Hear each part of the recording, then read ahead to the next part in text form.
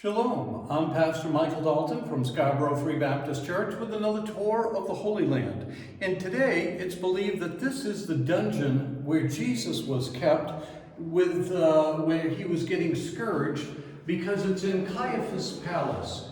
Now, Caiaphas was the high priest, and he was the one that condemned Jesus, and then Jesus was taken to the dungeon overnight before he could be taken to the cross the next day.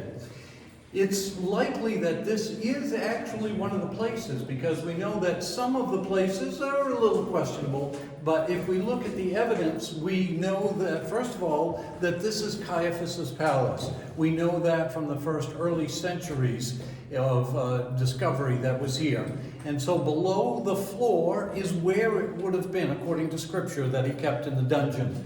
If you look in the back, you can see some ropes. Obviously, those are not the original ropes. And then the columns here, and the columns would be where they would tie the prisoners to scourge them from the back. And what this shows us is that we're pretty sure this is Caiaphas' palace. And we know that the scourging was done in Caiaphas' palace according to Scripture. And so it's pretty likely that this is the place where that happened. A very somber location when we think, if this really was the place, and Jesus' blood really was shed here with the whippings, it's really something to think about, to understand that he was whipped and beaten for us. He didn't have to die, but yet he willingly took it. It also talks about, Caiaphas the high priest put to death, or it just encouraged the death of someone who died for him.